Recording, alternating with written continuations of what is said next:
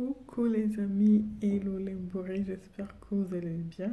On revient ce soir pour notre blablabla de soir.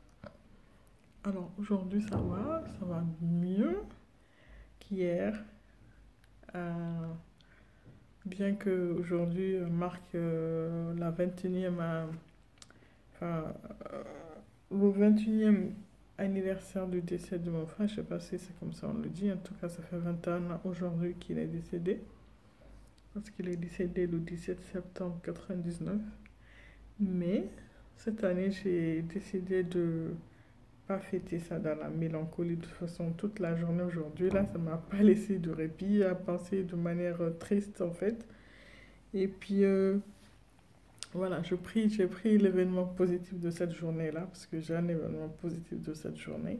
Et j'ai pas voulu que que j'ai voulu vivre la vie que la mort en fait. Voilà, enfin bref. Donc aujourd'hui ça va, là je suis claquée, je vais vous raconter un peu ma journée. Je me suis réveillée quoi, à quelle heure je me suis réveillée, je sais même pas.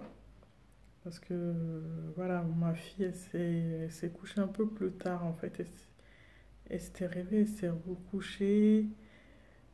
Elle aussi elle est un peu arrumée. Mon fils il est passé par là. Mon fils il a même, enfin le début de semaine, c'était quoi? C'était lundi, lundi 14.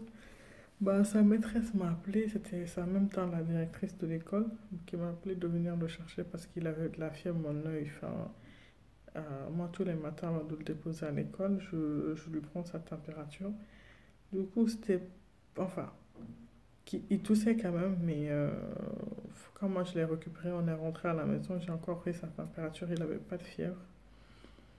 Donc, le mardi j'ai pris rendez-vous lundi. Chez le médecin, on est parti chez le pédiatre, donc grâce à Dieu, il a rien, il va bien, il a juste une rhino. Donc là, il est pas parti à l'école aujourd'hui et demain aussi, je vais le garder. Et puis quand il ira mieux lundi, ben, je l'enverrai à l'école. Voilà, sinon, à part ça, qu'est-ce qui s'est passé? J'ai envoyé ma fille aussi euh, pour sa visite médicale. On avait rendez-vous aujourd'hui. Donc ça s'est super bien passé aussi. Sauf que je sais pas, les parents qui passeront par là, dites-moi comment ça se passe avec vous chez le pédiatre. Parce que mon fils, enfin, par rapport à mon fils, j'avais mon médecin 30 ans qui le suivait à un moment. Après, on est parti à la PMI aussi. Je rencontrais un tout petit peu l'histoire par rapport aussi à mon fils.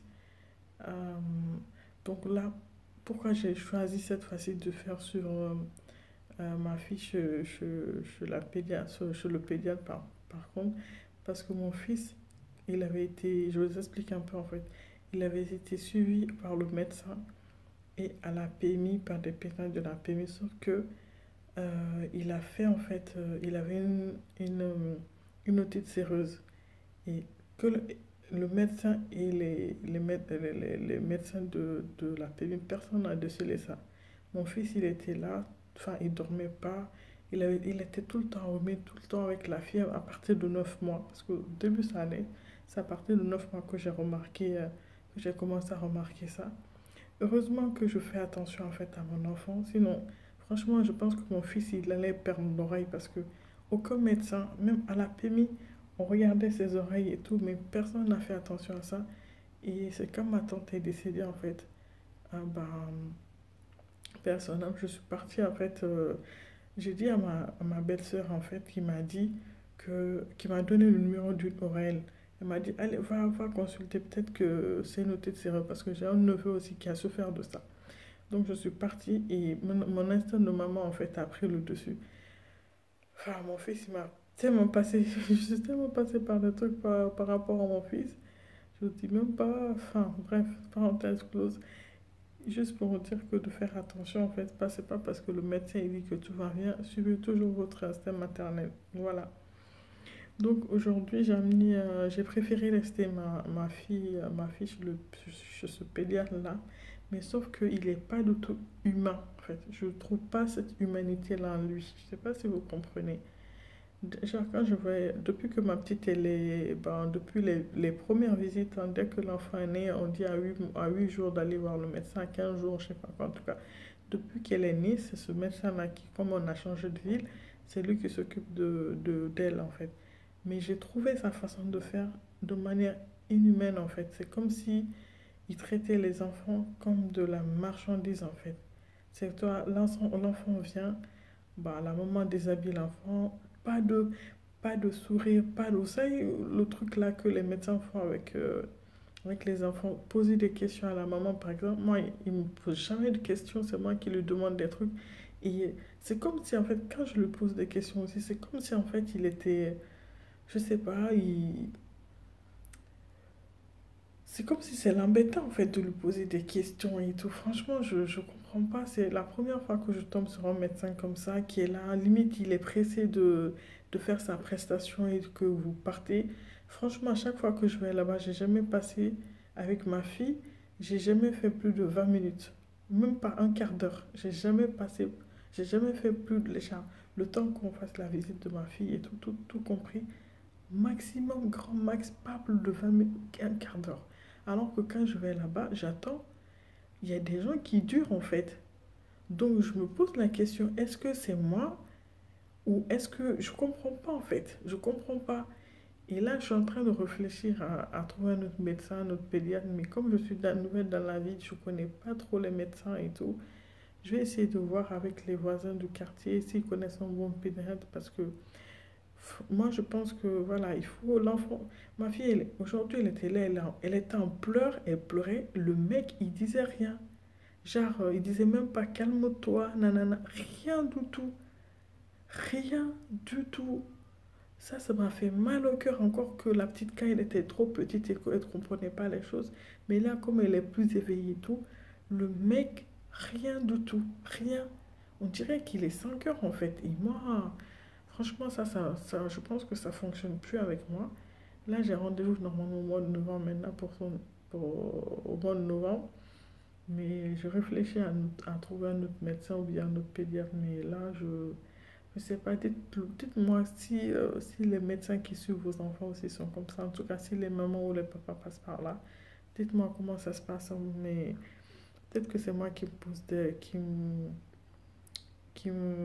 qui réfléchit comme ça. Mais la pédia par exemple, qui suivait mon fils à la PMI, il y avait deux pédias enfin, qui se relayaient là-bas. Franchement, c'était pas comme ça. Et je vois d'autres médecins aussi avec des enfants, ils sont pas comme ça. Donc, je me demande pourquoi lui, en fait, il est, ou bien c'est seulement avec ma fille, vous voyez. Et avec tout ce qui se passe dans ce monde de racisme-là, est-ce que je suis victime de ça par rapport à ce médecin-là? Je me pose tellement de questions, donc s'il vous plaît, si vous passez par là, rassurez-moi un peu. Et puis voilà, la journée s'est bien passée, donc en partant là-bas en plus, sur la route, j'avais remarqué qu'il y avait des papiers d'une personne qui était perdue en fait. Et du coup, personne n'a fait attention à ça.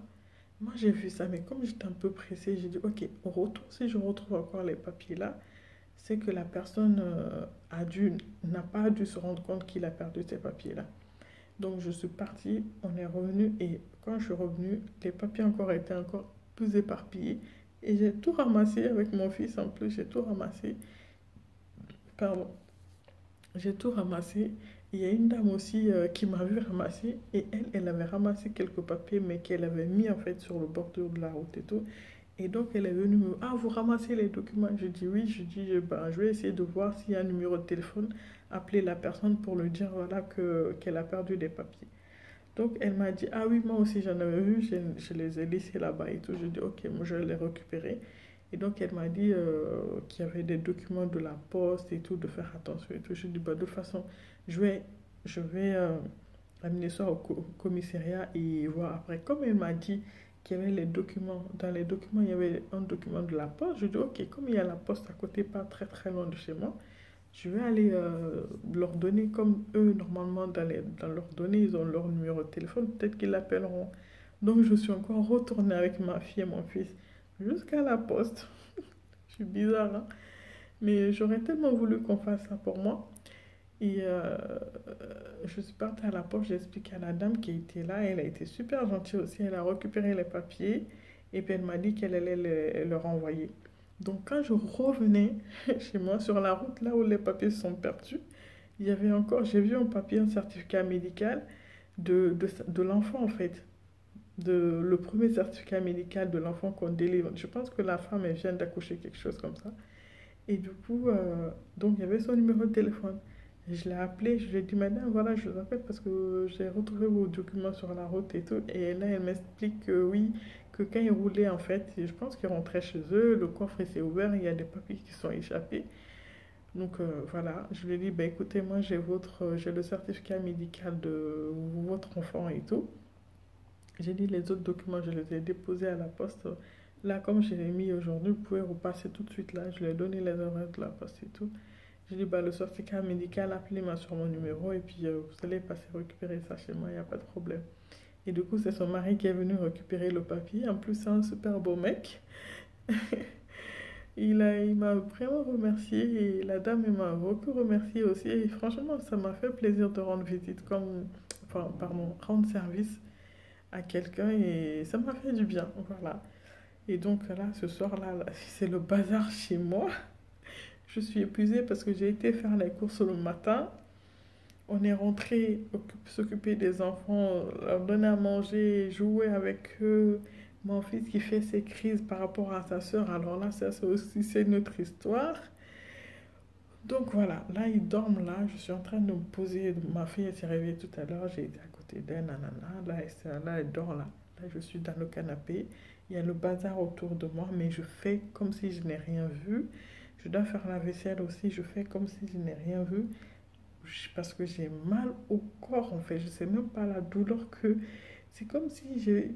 Vous savez, quand tu fais du sport en fait et que la courbature, là, ben, c'est ce que j'ai dans mon corps depuis un certain temps en fait.